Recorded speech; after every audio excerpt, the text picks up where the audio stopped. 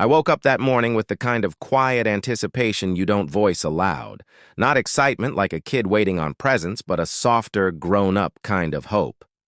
It was my birthday. 42. No party.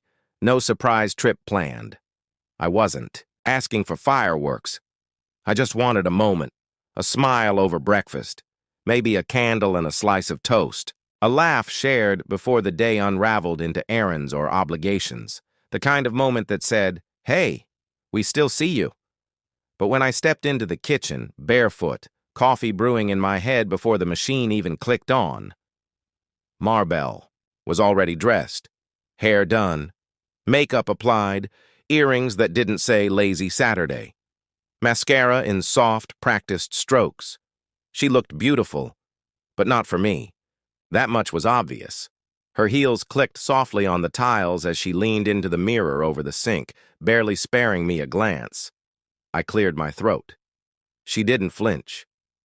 "We're heading to Micah's barbecue," she said, adjusting her lipstick. Without turning to face me, Micah, my younger brother, the golden one, the one who always managed to throw something together and have people call it genius. I opened the fridge looking for the orange juice I'd bought the night before. Next to it sat the chocolate cake I'd picked up. My favorite, German chocolate, triple layered, with the little curl shavings on top that reminded me of birthdays when I was a kid. And the world still paused for me. I bought it just in case someone forgot, and I needed to rescue the moment. Apparently, I'd been right. Tessa bounced into the room next, hair in a ponytail, denim jacket half on. "Uncle Mike is grilling his famous ribs, Dad," she chirped, kissing me quickly on the cheek. "We'll bring you back a plate." Bring me back a plate. She might as well have said, "We'll remember you later." Then Marble let out a laugh, not cruel, just careless. "It's just a birthday," she said, grabbing her purse off the counter and walking out, like the sentence had no weight. As if just a birthday wasn't shorthand for every other time they'd slowly let my importance slip. I stood there for a second, watching them move like a well-oiled machine. Tessa grabbing the keys, Marble adjusting her sunglasses. Not one of them asked if I wanted to come. Not one of them even thought I might want to. That was the part that got me, not the absence of celebration, but the assumption that I didn't matter enough to consider. I smiled. Not because it didn't hurt, because right then, standing barefoot on the cool kitchen tile, looking at the cake I bought for myself, I made a decision. One I didn't know I'd been circling for months, maybe even years, the kind of decision that doesn't scream, it whispers, and it changes everything. They had no idea what I would do next. The front door opened and closed again. Twice. Car doors followed. 1, 2. Laughter echoed from the driveway as they pulled away, the engine's hum fading, until silence swallowed.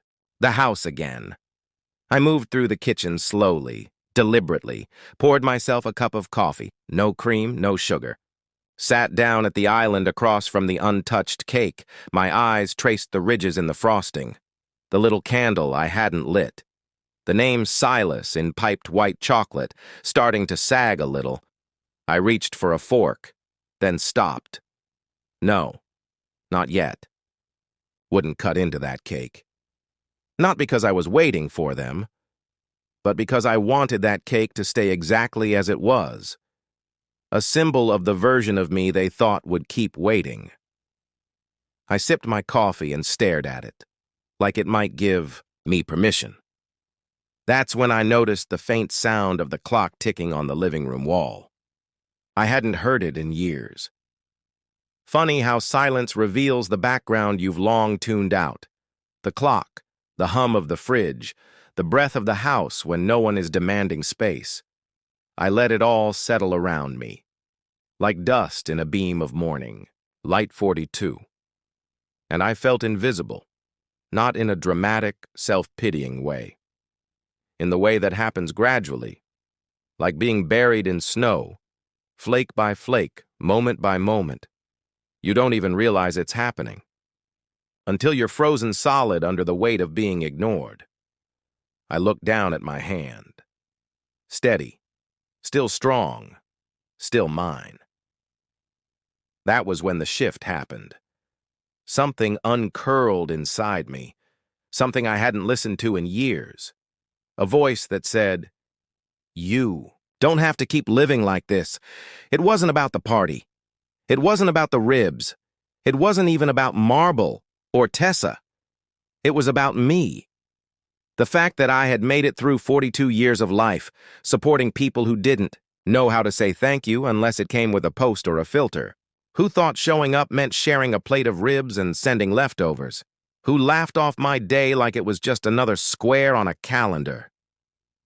No. I was done waiting for applause that never came. I stood up and opened the cabinet above the fridge. Inside was a file folder labeled Contingency Projects. They thought it was for taxes.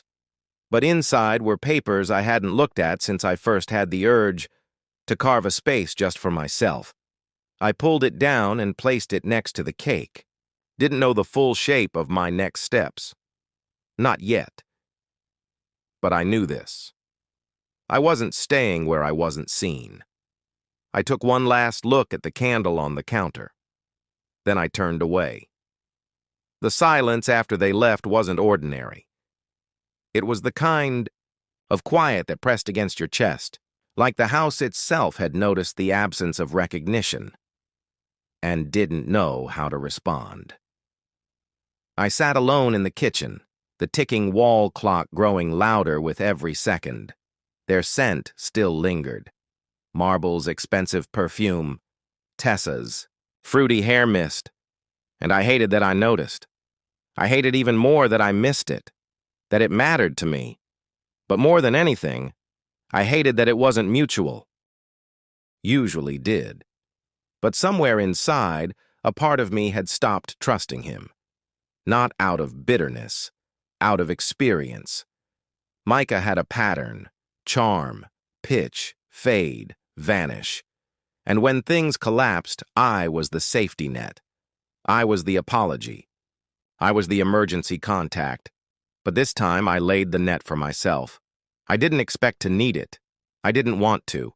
Not until my birthday morning, standing in a kitchen filled with everything but warmth, watching my wife laugh off the day and my daughter echo her words like a song she'd memorized. That's when I realized the plan I'd built for caution had become a lifeline. I picked up the manila folder from my desk. It was labeled Morrow Dev Holdings. Inside, the original